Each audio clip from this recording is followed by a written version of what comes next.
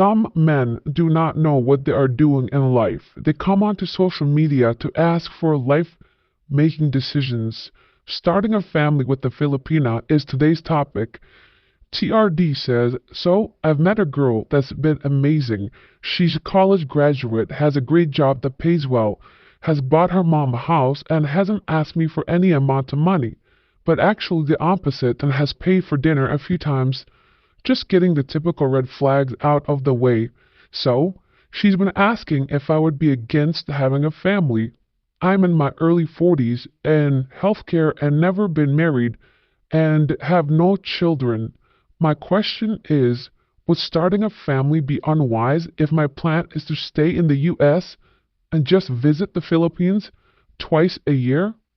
This is the type of foolishness that gets people in trouble, especially in the Philippines. Filipino people are very family oriented, so much so that they want to start a family whenever possible, especially with a Westerner, and they pay for their family like parents, siblings, and so on and so forth. What kind of man decides to have children to only visit twice a year, especially knowing the kids are going to be raised in a third world country? This person is already starting to fail without even having kids yet. Diver, are you okay? Says, seems like a question you should ask her, not here on Reddit. Let's have a family together, but I'll only drop by twice a year. Doesn't sound very rational. Nor does it sound very fair to the children you presumably have, given that she's not in desperate financial circumstances. I'm not sure what she would get out of a relationship with an absentee father. Plenty of that available locally already. What exactly are you offering that makes it worth her putting up with basically being a single mom most of the year? Do you really expect a relationship like that to work long term? Oh, baby, I love you and our kids, just not enough to actually be around you more than twice a year. Precisely. Let me tell you what she gets out of it. A mixed baby. That's right, I said it. A mixed baby. You talk to women here in the Philippines and soon realize that their logic is absurd.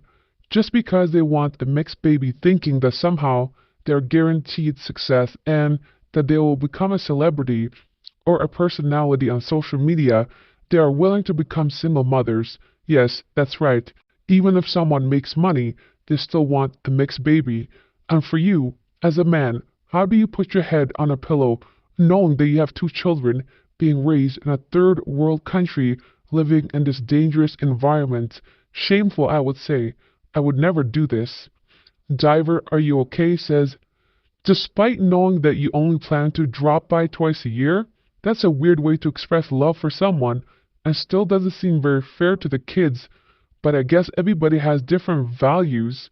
Seems like it's only a matter of time before she starts cheating, but I guess that won't really matter much since you're not going to be there. Plus, she'll have money coming in every month from a Western to support her immediate family, who says you can't have your cake and eat it too. Precisely.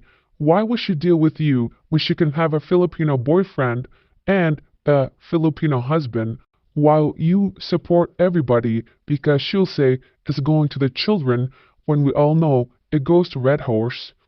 WPG Jets fan says, father of two, I can't live without having my kids with me.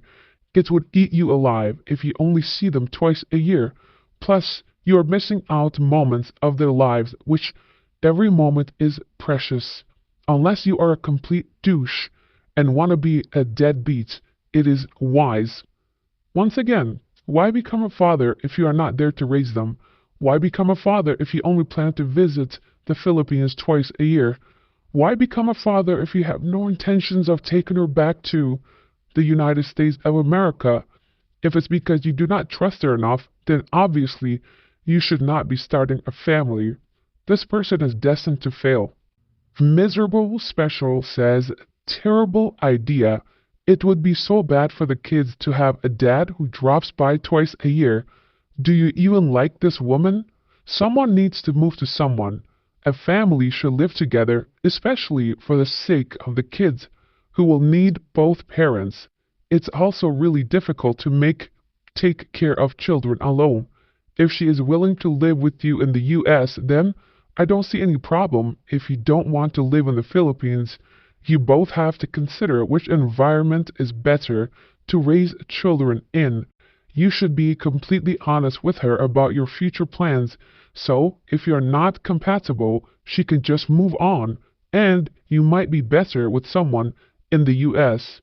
Yes, even if not in the US, there are plenty of women out here that simply do not want children because one, they already have children, or two, they do not see you in their future. So, there, you can start dating one of those type of women. Gmail May 2 says, will be really difficult unless you are amazing at holding FaceTime conversations. OFW workers make it work. Sailors, long-haul truckers, and so on make it work. This isn't even a cultural thing, just general.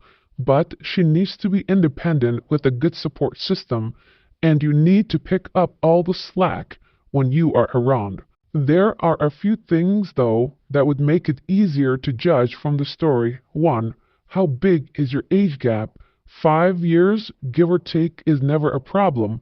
It normally only arises as a problem when it's above 10 years. 2. When you say visit twice a year, how long would it be? 1 week at a time?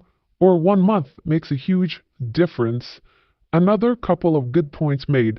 Definitely, if you visit twice a year but can stay 3 months, 1 month even, perhaps that's something to consider.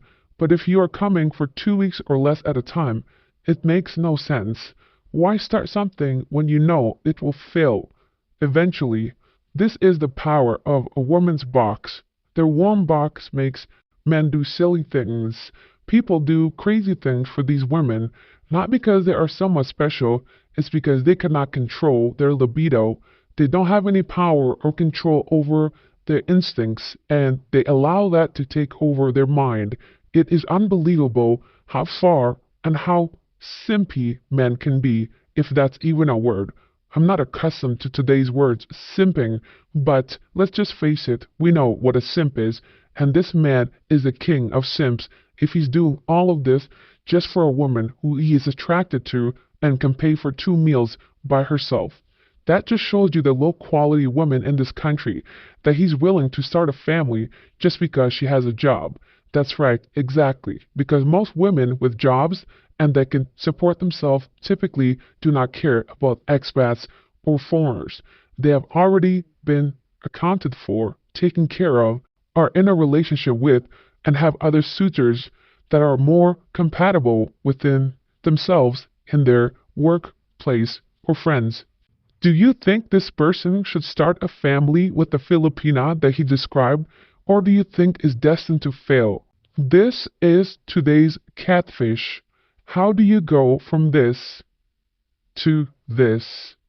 The best comment from yesterday's video how Filipinos have very low IQ and cannot give direction is from Mark. Thanks, Truth. Nothing will ever improve. I personally experienced this madness firsthand from Philippines Airline at the airport while trying to check in for a domestic flight to Manila from Legazpi on 12 March this year. Despite having a return ticket and full documentation, they didn't know the basic rules and kept me waiting for nearly 45 minutes while discussing their ticket mates whether I was allowed to fly or not. I will never fly with Philippines Airlines again. Now, thankfully back in Thailand, recovering from the sheer insanity and incompetence of these awful check-in staff, you have a choice either to laugh or cry. Trust me, it's not worth it. Yes, the airline staff do not know anything. Recently, I departed from the Philippines and I was asked to fill out an e-travel card. I told them it's not required, only for Filipino citizens. They did not believe me. They had to call in their supervisor, who took me aside and asked me to just fill it out anyways. I said no, it's not required. Then she, grouped with some other people that worked there, finally decided to let me pass through. It took about 10 minutes. I could not understand why. Another time, I was flying into another country. They required me to go ahead and give them address of the place I was staying. I told them they did not need to know that because that is the government's job at that landing country. They said it was airline policy. I said no, it is not. Eventually, they did not want to make a bigger fuss. They are simply incompetent. They do not know anything. So that's the truth about this country. There is no worse comment. Thanks for watching. God bless.